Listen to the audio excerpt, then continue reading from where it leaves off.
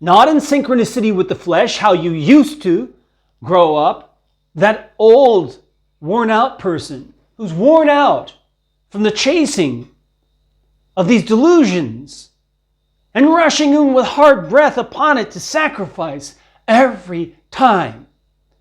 And you're exhausted from sinning. You're exhausted from being disappointed by chasing after this and chasing after that and chasing after that to find out it's a delusion. It's wind. You're chasing after the wind, as Solomon said in Ecclesiastes. You're worn out from that. That's that old, worn out person that Paul's referring to here. Withering itself with corruption. What's said in lewdness and greed? That's the corruption. This withering itself, the old, worn out person that is being withered itself by that corruption. Not pursuing Christ, not pursuing the Spirit and walking in synchronicity with the Spirit, but being withered by that exhaustion of chasing after this delusion, after delusion, after delusion, to rush in and close your ears so no one can tell you to stop. And breathing so hard because you're rushing in so hard and so fast, quickly, to sacrifice something on this delusion, this decoy. When you sin, you are synchronizing your actions out of being beguiled by that delusion. So this is our second video since I've taken a little bit of time off to focus on the website. And this is in response to Michael. Michael likes to come along and just blurt out like one verse reference or something like that. And it's usually one that is often referred to in defense of the apostate church's false gospel. I hope that Michael does come around to hearing the gospel that Jesus taught and actually knowing Christ. And to that end, I make this video. This is about Ephesians 4:20 through 24. I've made a fresh translation of this in the Precise English Edition and the Common English editions. And I've also included some notes on the words. Now, I'm going to go ahead and read to you from the New King James Version these verses. And then I'm going to read to you the Common English edition of the Rooted Word for these verses, so you can hear the difference between the two. New King James Version, Ephesians 4:20 through 24. But you have not so learned Christ, if indeed you have heard him and have been taught by him, as the truth is in Jesus, that you put off concerning your former conduct the old man which grows corrupt according to the deceitful lusts, and be renewed in the spirit of your mind, and that you put on the new man which was created according to God in true righteousness and holiness. There are many, many problems with those verses. It isn't what it says in the Greek. In some places they got a few things right, but I think they got more wrong than they got right in that. First, I'm going to go ahead and read to you the Common English edition of the Rooted Word for those verses, Ephesians 4:20 through 24.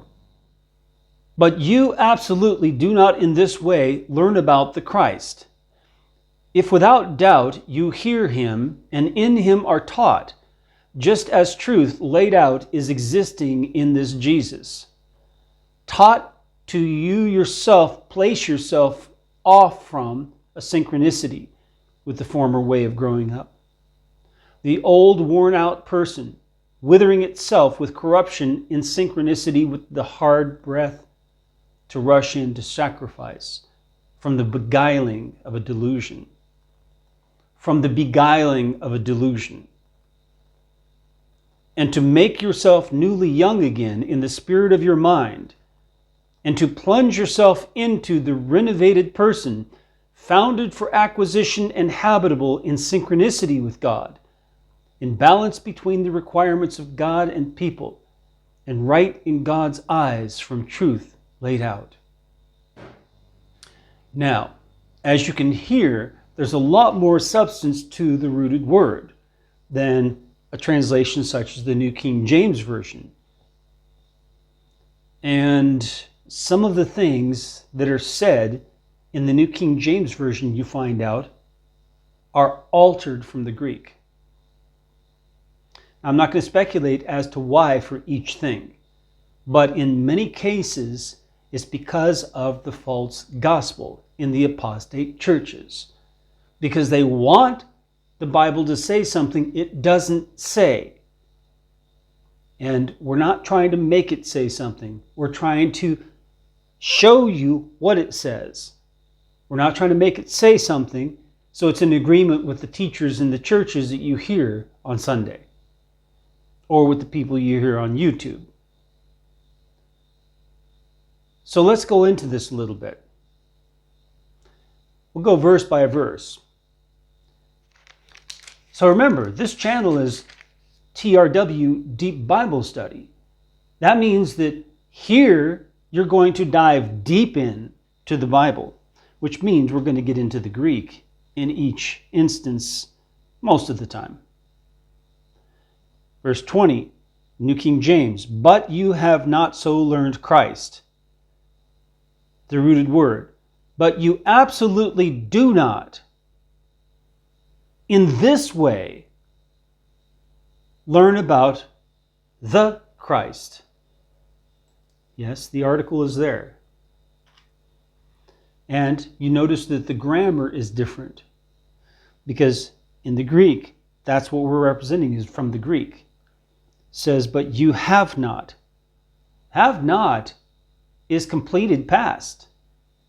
That is not there in the Greek. It's not.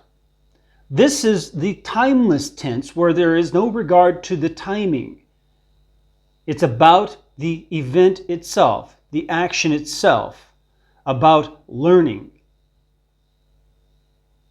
It's not about when. It's about the action itself. You do not at any time. And the not is absolute not. You absolutely do not at any time in this way learn about the Christ. Verse 21, the rooted word. If without doubt you hear him and in him are taught. Because again, it's the timeless tense. They continually translate that into the past. Usually they translate it to the past simple. But in this case, they keep translating it into the complete past, or it's something finished and done. If indeed you have heard him and have been taught, it isn't that way in the Greek. It is not. Absolutely not. That's a completely different form that is not there. This is the aorist, timeless tense, which is focusing on the action without regard to either the timing or the completeness of it. And they want to put both the timing and the completeness into it to limit it. They want to limit what God is saying and interpret it. We're not interpreting, we're translating.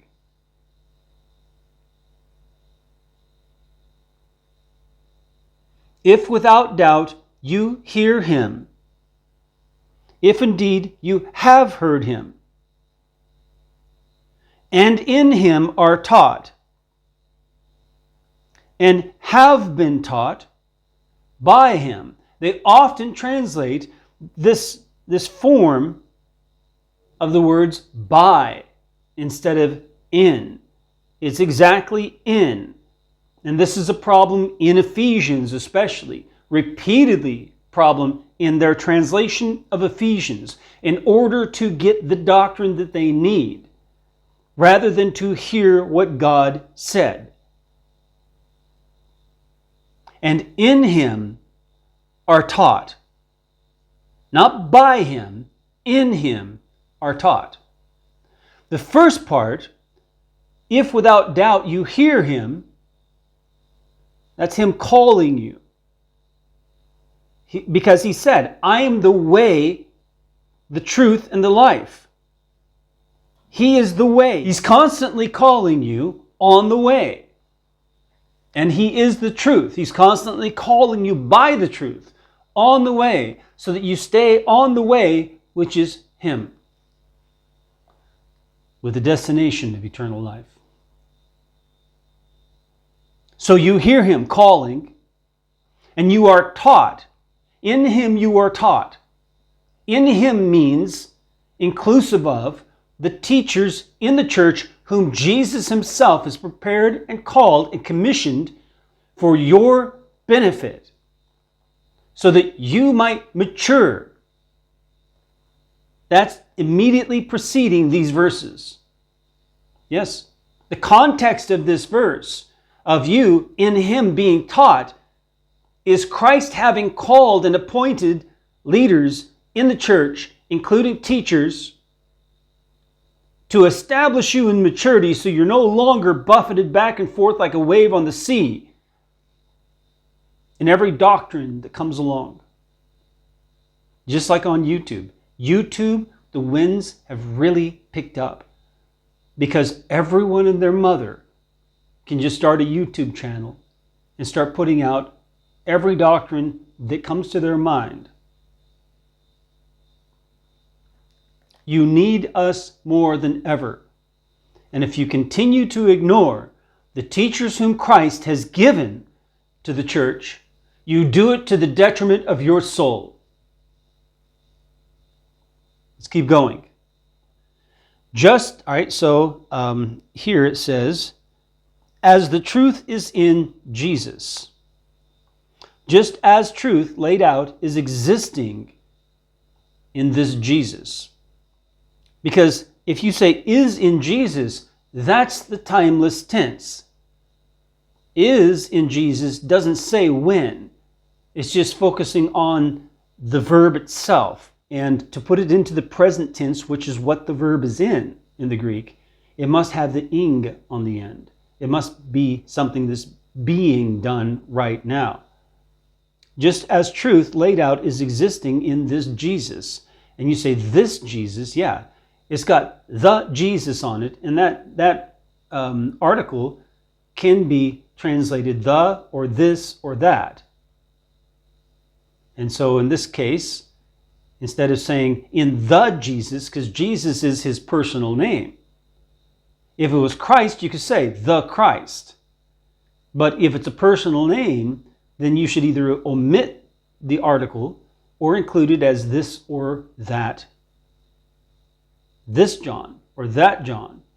Or you could say the John, but that doesn't make much sense in English. The Jesus. So verse 22 in the New King James says that you put off. And it's not at all right. Because it's missing many things. First off, the problem is that you is not the subject. You is there, but it's not the subject. It's in a special form that identifies it as the object of the verb. It's the thing being put off. You are being put off from something. Okay? So it's not the subject. And they know that by looking at it. And yet they mistranslate it as the subject. And they miss the point that it is the object. First year Greek student, if they were given this sentence and not told it was about the Bible, and they didn't know it from the Bible, would translate it as the object of the verb. Okay? Because the verb is the infinitive. So there is no subject to it. The subject's implied. That you are doing it. But it's not stated. And in this case, they looked for it. Because they translated this into the aorist, timeless tense. that you put off. It's not about now or past or future. It's just about the action that it be done. So that's a mistake. Now I've put in taught so that you understand that this is about, it's still linked to the previous verse because there were no verses.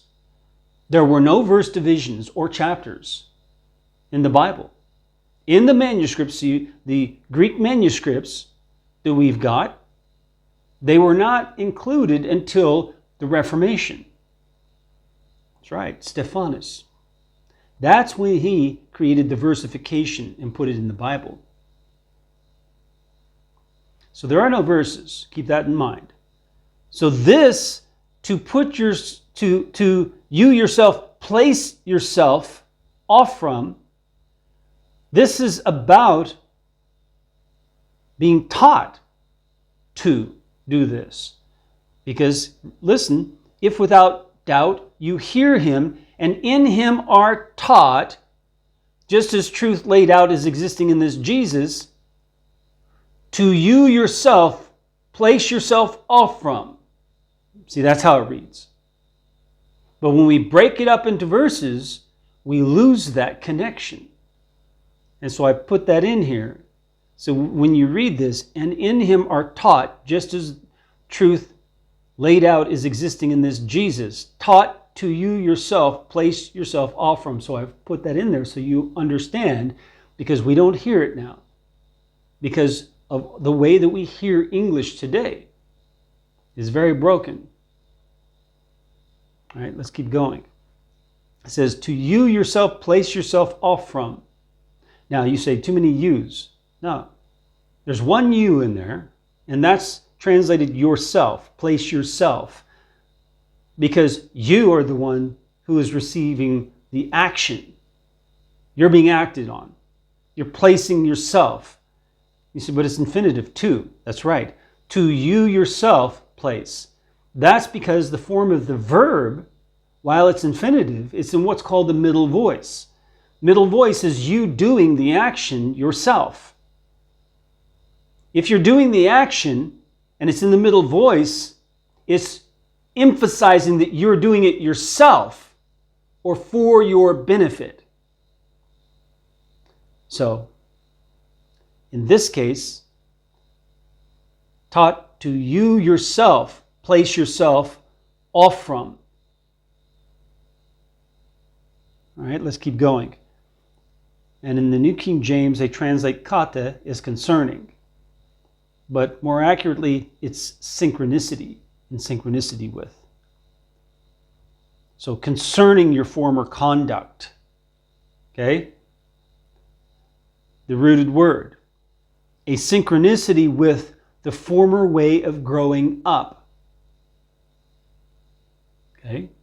Because the verb is anastrepho. That noun comes from the verb anastrepho. Ana means up, and strepho means to twist, like a plant coming out of the soil. When the plant, if you do record this and you time-lapse it, you can see the plant twisting as it comes out of the soil. That's what this is indicating. It's from the growing up as you're coming out of the soil. You're twisting up. So twisting upward. So growing up.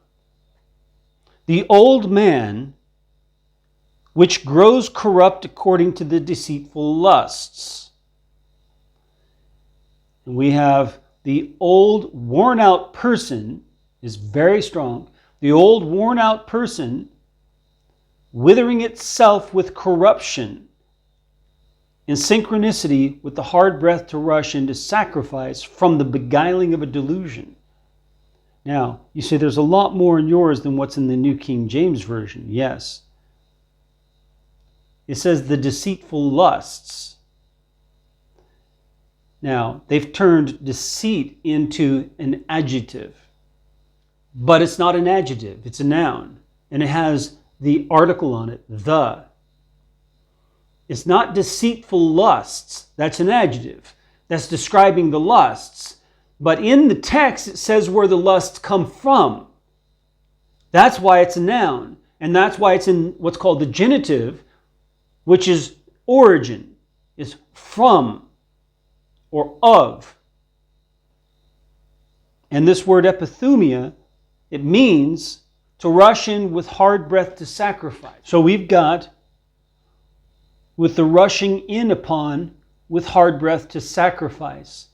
I've changed the word order in that phrase a little bit to reflect that more accurately even than how accurate I was already.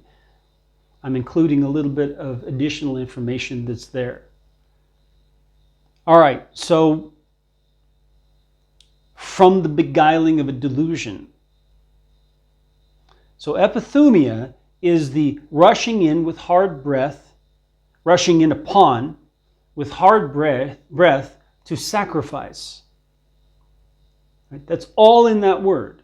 The epi part is upon, but the thumia is the rushing in with hard breath to sacrifice.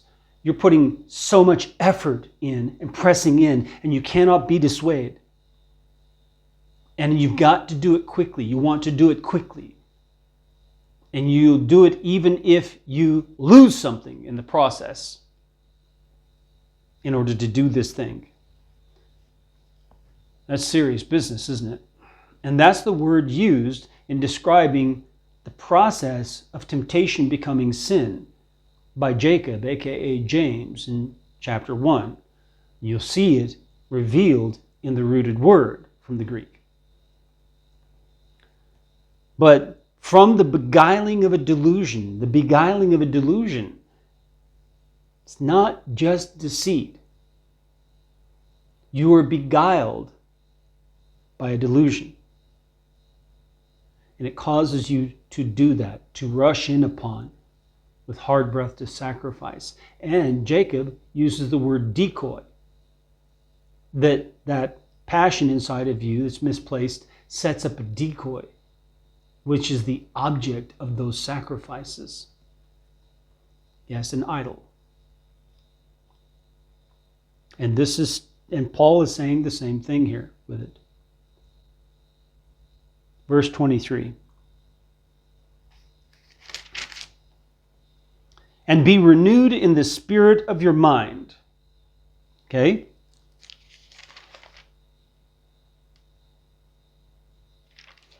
So, there's a problem with that. And to make yourself, again, its middle voice. You yourself are doing it. So I've changed this a little bit so it's a little clearer, this middle voice in English, because we can say to make yourself, but that sounds like you're making yourself. And you're the object, again, but it's not the object. But it can be either one if it's in that position in English. So I'm going to move that over so that it's clearer. So you can hear, and to make yourself, this is you making yourself, so it's middle voice, newly young again.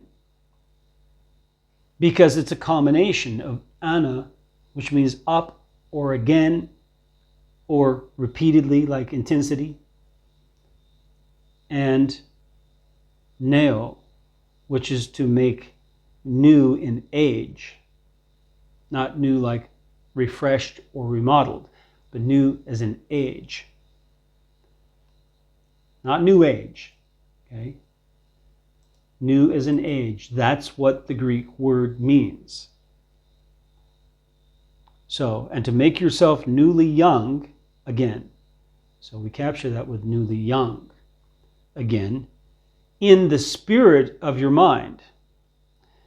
And they say to be renewed in the spirit of your mind. Okay? Not too far off, but renewed is not about age. That's about remodeling. So it's the other verb that comes next. They've translated this verb with the translation of the next verb about new. So they're wrong about it. Let's keep going. It must be precise, otherwise you don't hear what God said. You hear what they are saying, the translator, instead of what God said. We need to be passive and allow God to speak in English to you. by correctly translating what it says with the sense that it has, word for word and grammar for grammar. Verse 24. And that you put on the new man. Okay? And here they're using new in the generic sense, which implies new as in age, as in young. No. That's not what it means here. And to plunge yourself into the renovated person. It's not new as in young, as in brand new, never having existed. It's renovated. Okay? Now, and that you put on. That's not what it says. It isn't what it says. It is a combination of two words that mean in and plunge or sink into. Now, granted, it is used oftentimes, that second part is often used for clothing, but it has N on the beginning. It's a different word. And this word is used for when the sun goes down over water. Okay, so it's a metaphor for the sun going into the water, plunging in. All right, and we say in English, the sun sinks down on the horizon. So, and to plunge yourself into the renovated person, freshly new. It's not been changed out for a new, different person. It's been renovated. And to plunge yourself into the renovated person, founded. Let's go back into the New King James. Which was created according to God. Well, there's a problem there. They're missing the sense of the word created. The word created has more sense to it than simply created. It has the sense for its purpose in the word. And so we translate it correctly. And founded for acquisition and habitable. It's founded in order to be possessed and inhabited in synchronicity with God. God wants to own you and inhabit you. And so he founds you. Found, like to create, but there's more to it. So he founds you for a purpose. He establishes you for a purpose. So, and to plunge yourself into the renovated person. Again, it's middle voice. You plunge yourself. But it's infinitive, so we have to say to. To plunge yourself into the renovated person, founded for acquisition and habitable in synchronicity with God. In King James Version, in true righteousness and holiness. The word is not holiness. Has nothing to do with the word holy. Holy is a different word in Greek. They're often getting these words messed up in the translation. In true righteousness, okay, righteousness, but that's not accurate. In balance between the requirements of God and people. Now, I have traditionally, in my translation, translated this equitable or equity. All right? In equity. But I've done a lot deeper dig on this, and it's a kind of balance. That's what the word equity, that's the root of it, equity, it's a balance. And so it's a balance between God and people's requirements, standards. So when we talk about righteousness, what we're talking about is maintaining a balance between living up to the requirements of people and of God. of society and of God, living up to those and keeping a balance between those. And then the last word, right in God's eyes. Right in God's eyes. From truth laid out. The word truth actually means not laid hidden. That's what the word means. Lathanos and not laid hidden, concealed. Okay, so truth, the word truth itself means not laid hidden. So we've included that in it, so you understand the nature of truth. Truth is laid out. So now you see, as I go through this piece by piece, how carefully I am translating what is there in the Greek. And if, while I'm going over it yet again, I see that there's an even deeper part that I can pull up for you to see, I do that and I revise it.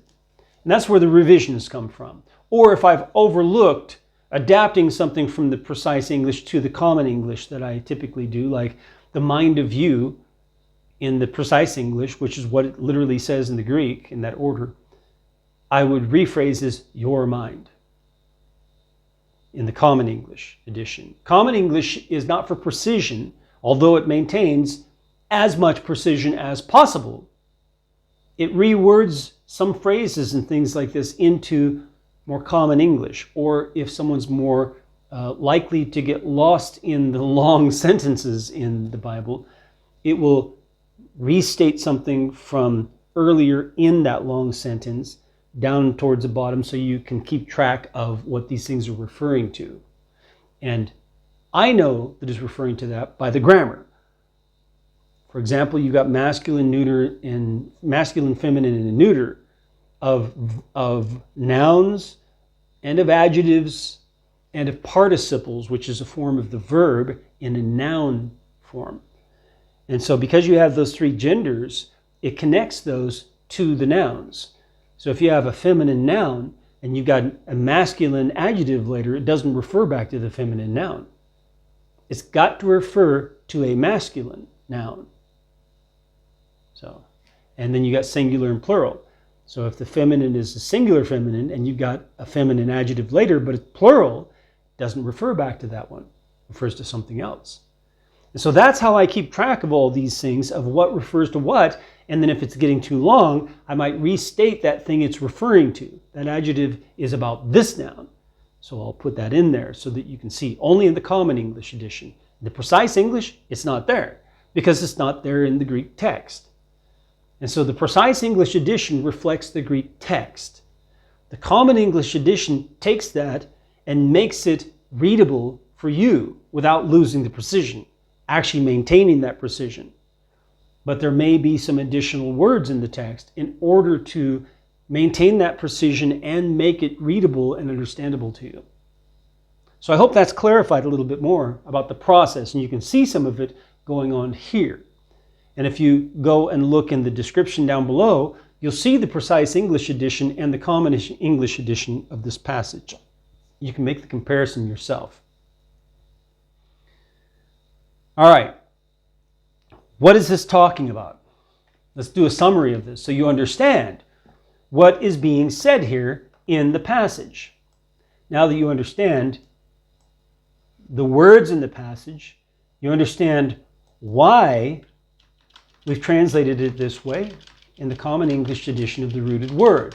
Why it differs so much from an established translation like the New King James Version. Okay? You know that now. If you watch this video through, you know that. Now let's talk about what it means.